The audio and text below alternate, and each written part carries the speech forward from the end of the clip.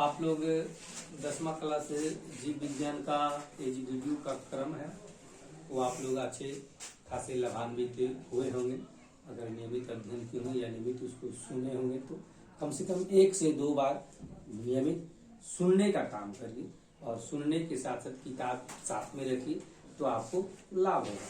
किताब का अध्ययन करने के साथ इसे सुनने से ही लाभ होगा आपको।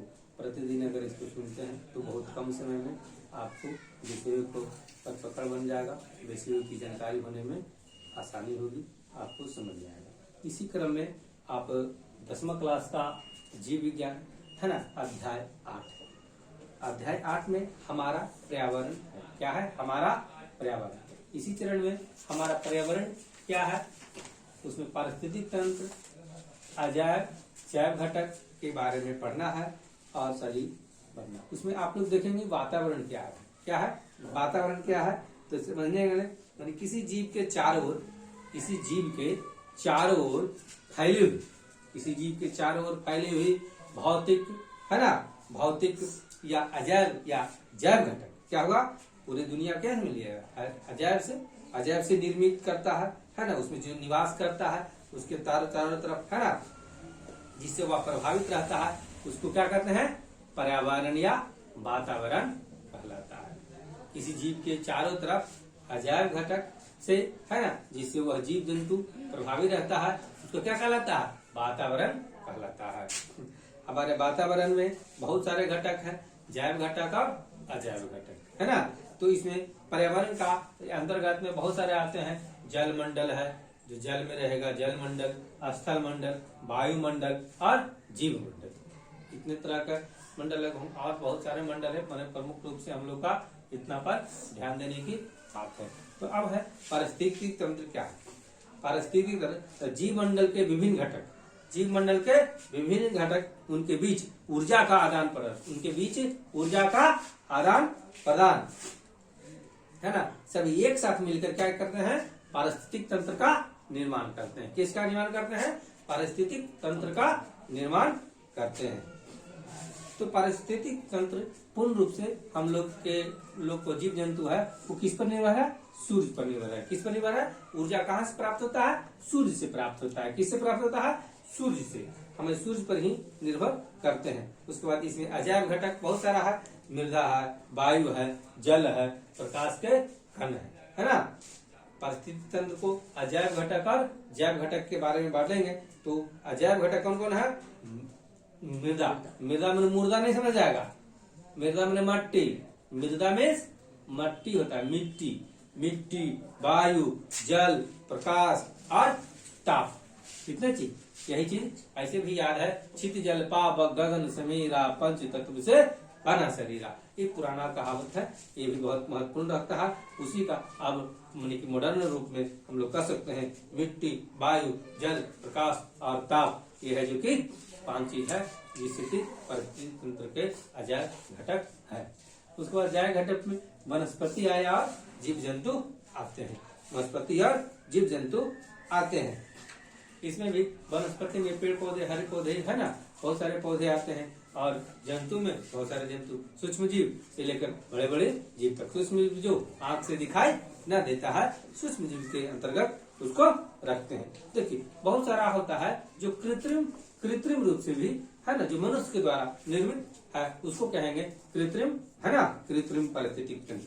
कृत्रिम तंत्र बनाने के लिए सिंपल उपाय है, मान लीजिए एगो शीशा का बर्तन लीजिए बहुत बड़ा, उसमें मिट्टी दे दीजिए, पानी दे दीजिए, उसमें कुछ मछली रख दीजिए, घास रख दीजिए, तो बहुत दिन तक देखिएगा वो बन गया है ना। अब वो बन गया तो क्या हो गया, जल, लिथोस्फीयर है ना, जल वाला मंडल, हाइड्रोस्फीयर, जो कृत्रिम रूप से क्या हुआ, एक्वेरियम हमारा जो है कृत्रिम रूप से है। लेकिन कहिएगा कि अगर उसमें पानी न बदलिएगा बड़े दिन तक तो वो पानी सड़ जाएगा। अब वही तालाब का पानी बहुत कम सड़ता है, क्यों? क्योंकि तालाब में रहता है माइक्रो और सूक्ष्म जीव, जो उसमें जो छोटे छोटे किनारे रहते हैं उसको वो अपघटन का काम करते हैं और वो साफ करने का काम करते हैं। इसीलिए तालाब का पानी साफ रहता है और तुम्हारा छोटा एक्वेरियम है जो कि गंदा हो जाता है। फिर आगे बढ़ते हुए पारिस्थितिक तंत्र की चर्चा करते हुए पहुंचेंगे तो अजैव घटक में आता है भौतिक वातावरण, ओशन और जल वायु।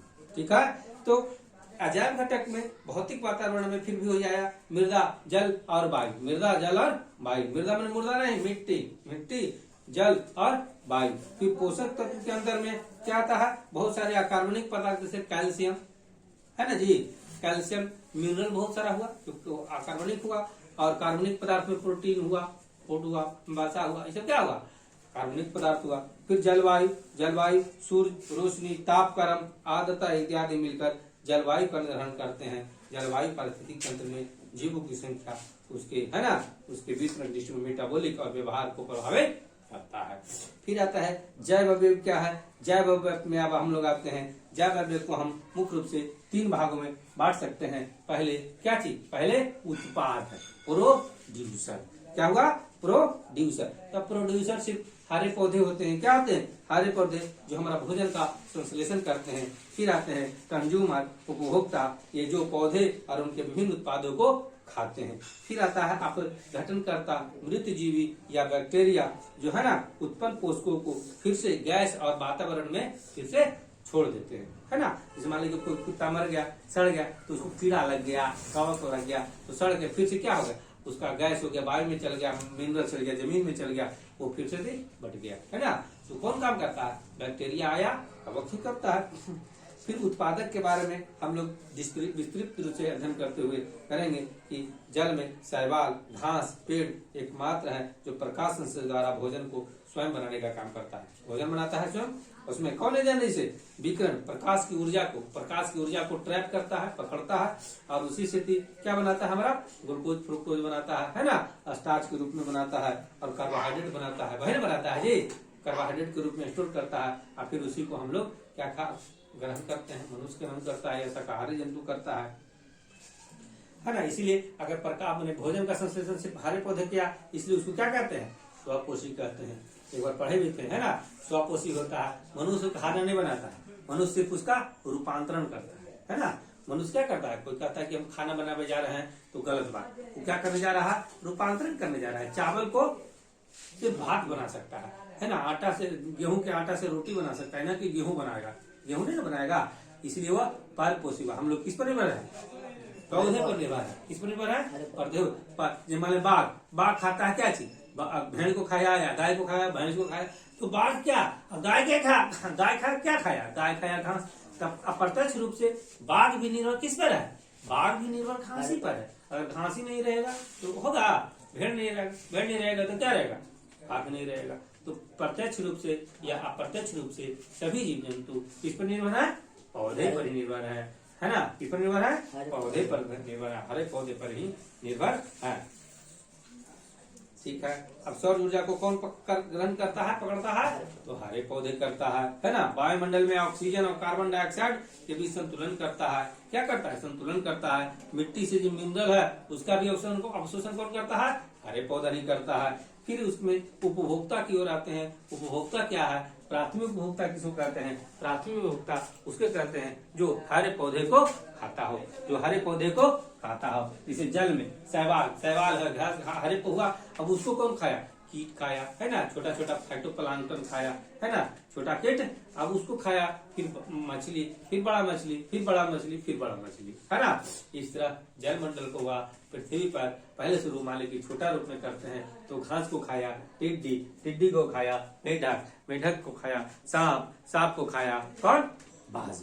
तो इस तरह हम लोग क्या बनता है, ये चैन श्रृंखला हुआ, आहार श्रृंखला हुआ, क्या हुआ, ये आहार श्रृंखला हुआ। अब आहार श्रृंखला के इसी क्रम में प्राथमिक उपभोक्ता हुआ जो हरे पौधे खाते हैं, है ना, पौधे खाते हैं। अब बहुत सारा चीज होता है, सर्वभक्षी होता है, जैसे तिलचट्टा सब कुछ खाता है, मांस भी खाता है और घास भी खाता है। ओमनीवोरस, उसको क्या कहते हैं, ओमनीवोरस। आदमी भी सब कुछ खाता है, मांस भी खाता है, घास भी खाता है, तो आदमी को भी हम लोग कहते हैं ओमनीवोरस, है ना। आदमी मांस भी खाता है और घास भी खाता है, इसलिए आदमी को क्या कहते हैं, ओमनीवोरस कहते हैं। जो सिर्फ मांस खाता है उसको क्या कहते हैं, कार्निवोरस कहते हैं। मांसाहारी कहते हैं जो सिर्फ घास खाता है उसको हर्बीवोरस कहते हैं। समझ में आ रहा है। तो इसी चरण में हम लोग द्वितीय उपभोक्ता किसको कहते हैं। कुछ जंतु ऐसे हैं जैसे शेर, कुछ सर्प, कुछ मेढक, पक्षी, ये सब मांसाहारी होते हैं, उसके द्वितीय उपभोक्ता के रूप में रखा जाता है। किस रूप में होता है, रखा जाता है, मांसाहारी को द्वितीय में रखेंगे या तृतीय में रखेंगे। उच्च श्रेणी वाले होते हैं, जो तृतीय, जिसे बाज तृतीय श्रेणी में होते हैं, है ना।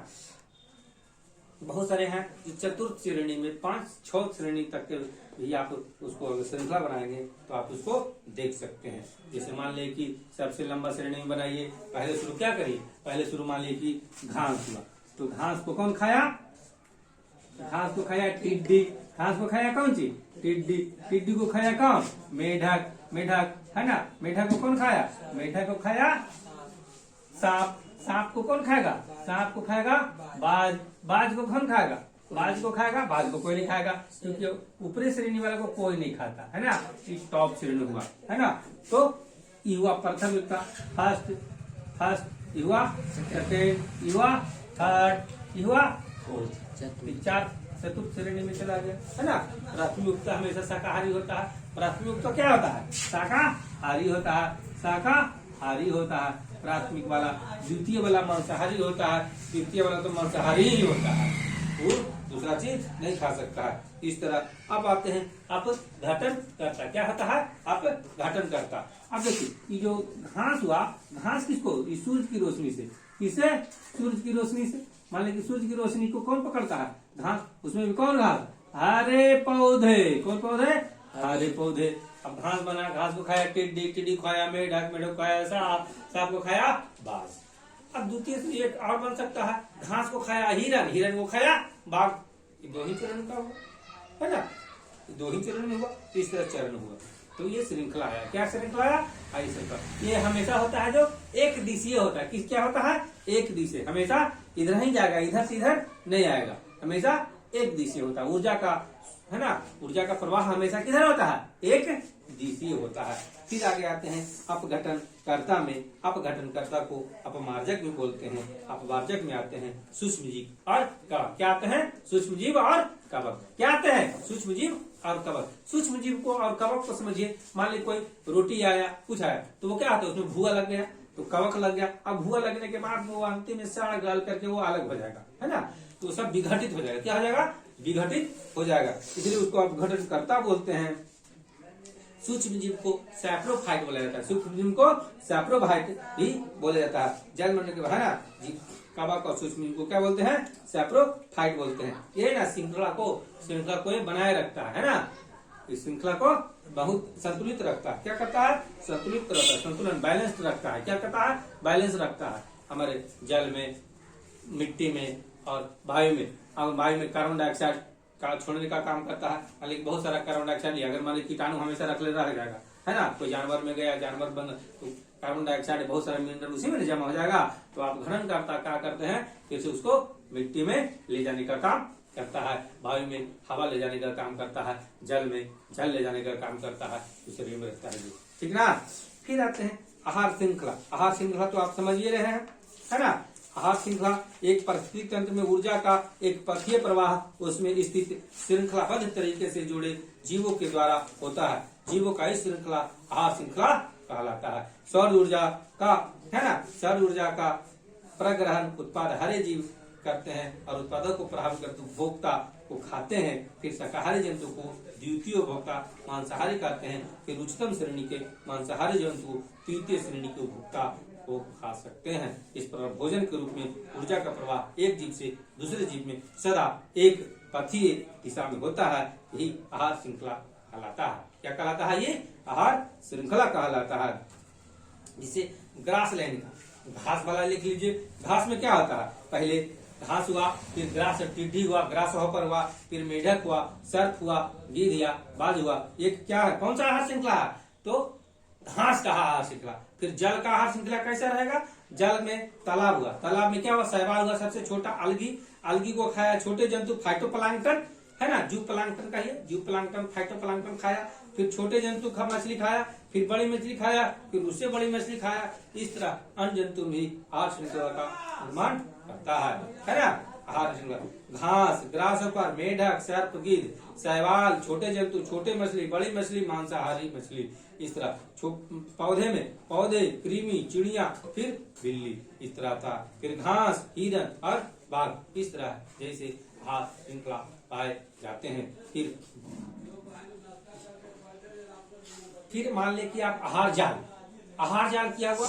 आहार जाल हुआ पारिस्थितिक तंत्र समानता एक साथ कई आहार श्रृंखला पाई जाती है ना। चूहा को कोई जरूरी है खाली सांपे खाए, बाज भी खा जाता है चूहा को, है ना। चूहा को बिल्ली भी खा जाती है चूहा को।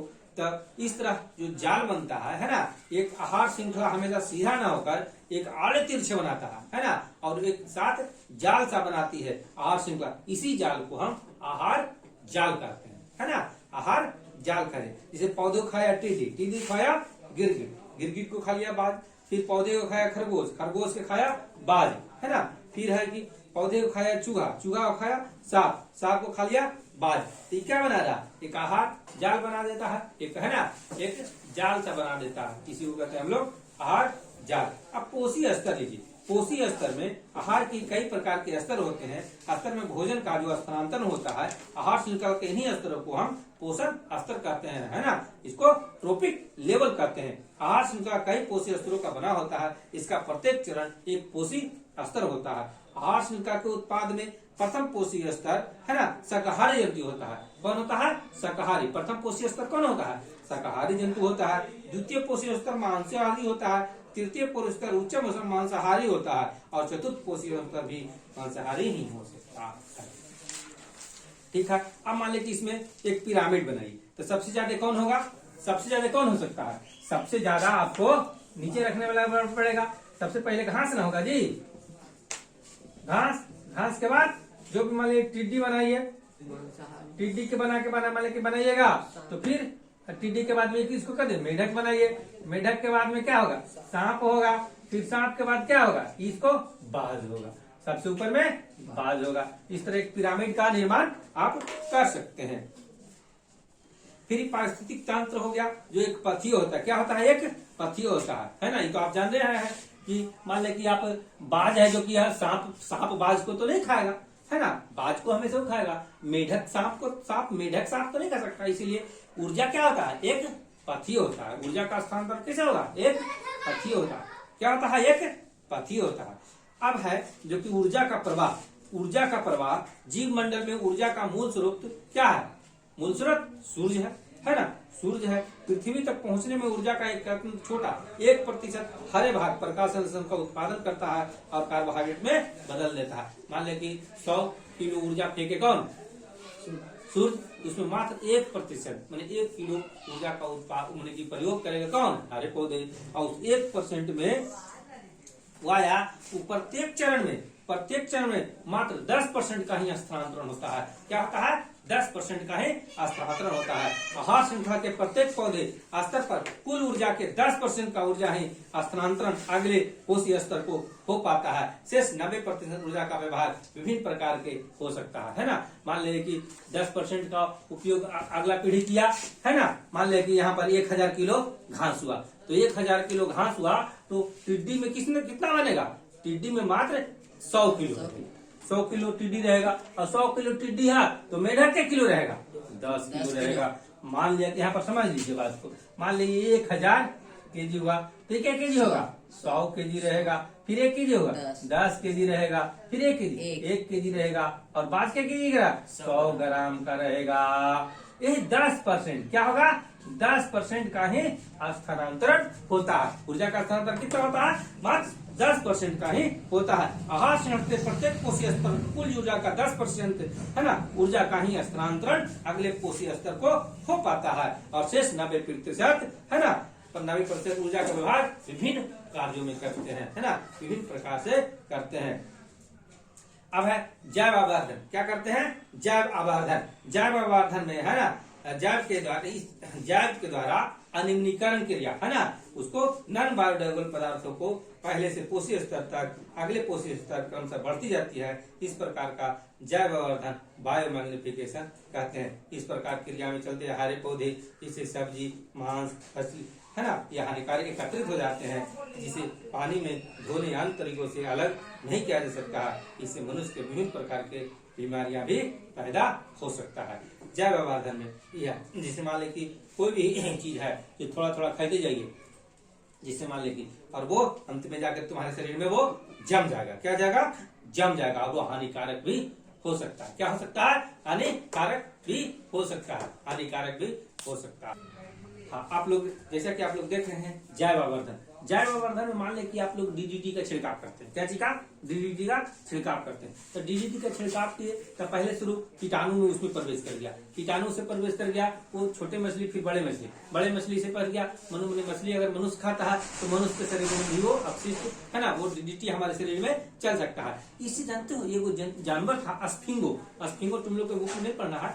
स्फिंगो नामक पनामा एक जगह है, पनामा एक अमेरिका में एक जगह है, वहाँ एक स्फिंगो नामक प्राणी रहता था। क्या रहता था? स्फिंगो नामक प्राणी रहता था। वो विलुप्त हो गया, अचानक विलुप्त हो गया। क्या हो गया कि जब वो जांच हुआ तो पता चला कि स्फिंगो प्राणी है, जो पंछी है, एक तरह बत्तख की तरह पंछी है, वो खत्म हो गया। क्यों खत्म हो गया भाई? तो क्या हुआ, उसका अंडा है ना, अंडा में रहता है कैल्शियम का आवरण, वो अंडा का जो खोली होता है कैल्शियम का आवरण होता है। तो डीडीटी का जो कैल होता है, डीडीटी में कैल्शियम की तरह ही उसका बनावट होता है, और वो कैल्शियम की जगह डीडीटी स्थान ले लिया। अब क्या हुआ, अंडा देने के लिए भारी पक्षी होता है, तो अंडा पहले दिया, अंडा देने के लिए वो सेना पड़ता है ना, सेने के लिए उसको गर्मी देना पड़ता है। तो अंडा देने के लिए जैसे ही वो उस पर बैठे ना तो अंडवा फूट जाए। तो बाद में इस रिसर्च के बाद में पता चला कि वो झील में, जो झील था उस झील में डीडीटी जा रहा था, और डीडीटी की मात्रा इतना बढ़ गया कि उसमें जो स्फिंगो नामक प्राणी है उसमें प्रवेश कर गया, उसके अंडे में प्रवेश किया, उसका सेल है जो कमजोर हो गया, और वह एकदम विलुप्तता के कगार पर गया। कौन प्राणी? स्फिंगो प्राणी। तो इस तरह हम कह सकते हैं जैव आवर्धन में जो हमारे कीटनाशक पदार्थ है, जो किसी न किसी तरह जल माने खाद्य श्रृंखला के द्वारा ये मनुष्य में भी या कोई अन्य जीव में प्रवेश कर सकते हैं, और वो हानिकारक हो सकता है। एक प्राणी और है जैव आवर्धन का, एक उदाहरण आप दीजिए, जिसे मैलाथियन एक इंजेक्शन था जो जानवरों को हड्डी टूटने में पड़ता था। क्या पड़ता था? हड्डी जब टूट जाता था कोई जानवर को तो उसको दर्द निवारक गोली है जब इंजेक्शन। अब वो इंजेक्शन को दिया गया किसी जानवर में, वो जानवर को मर गया। अगर उसको संयोग से उस वाले जानवर को गिद्ध खा लिया, तो गिद्ध है जो अचानक विलुप्त हो गया। 1990 से लेकर के 1990 के पहले तक के वो दवाई इन्वेंशन हुआ 88 में, 1988 में मात्र इन्वेंशन हुआ, और 90 से 92 तक के वो दवाई पूरे एशिया में फैला, और एशिया महादेश की पूरा विलुप्त हो गया मात्र 5 से 6 वर्ष में। मात्र 90 से 2000 के बीच में पूरा गिद्ध पूरे एशिया महादेश से, पूर्वी एशिया महादेश से विलुप्त हो गया। आज है जो गिद्ध का जो रक्षण के लिए एक जगह बनाया गया है मोटर में। आप लोग गिद्ध नहीं देखे होंगे, गिद्ध हम लोग देखे, चील की जैसा होता था, और उसका गर्दन हमारे यहाँ जानते हो 1,000 के झुंड में आता था गिद्ध, एक हमको याद है। लेकिन आप लोग मात्र इतने कम समय में ये जो अपशिष्ट जो है केमिकल नॉन बायोडिग्रेडेबल है जो चंद श्रृंखला में चला है ना। तो डीडीटी का एक स्फिंगो जन प्राणी दिए, मैलाथियन का एग्जाम्पल दे दिया आपको, जो जानवर में इंजेक्शन हुआ और उसको खाया तो फिर वह गिद्ध को लिया, गिद्ध का किडनी खराब हो गया, जिससे पूरा भारत का किडनी, बांग्लादेश का, इस श्रीलंका का, भूटान का, बर्मा का, म्यांमार करके सारा जहां जहां दवाई गया मैलाथियन, बाद में इसको बंद कर दिया गया जांच करके, और बहुत सारे पक्षियों को अभी भी वो दवा जानवरों के लिए बिक ही जाता है किसी न किसी, और वो प्राणी खतरे में है। तो ये हुआ जैव आवर्धन।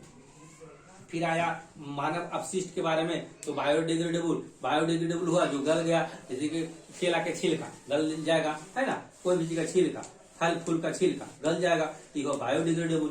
अब नॉन बायोडिग्रेडेबल कौन हुआ कि जो प्लास्टिक का कचरा हुआ है ना। अब फोम वाला थाली लाता, करेगा छठ पूजा, लावेगा फोम का थाली, तो कहला छठ पूजा किया।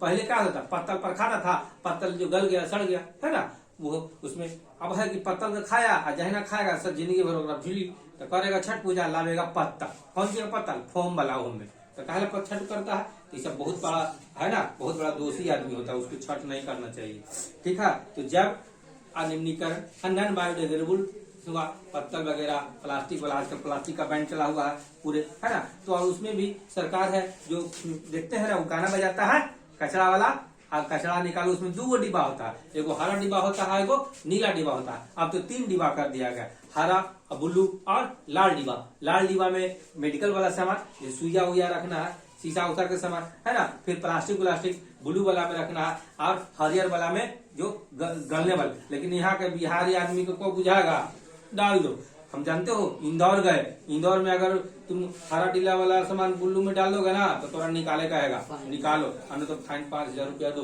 तो कौन ले रहे 5,000 रुपया दो, ला निकाल के फिर रखता है वहाँ, बहुत टाइप है। था नंबर 1 कहा इंदौर क्या है, सफाई में नंबर 1 है। तो इस तरह आप लोग क्या देखे, जैव निम्नीकरण है ना, बायोडिग्रेडेबल, अजैव निम्नीकरण नन है ना,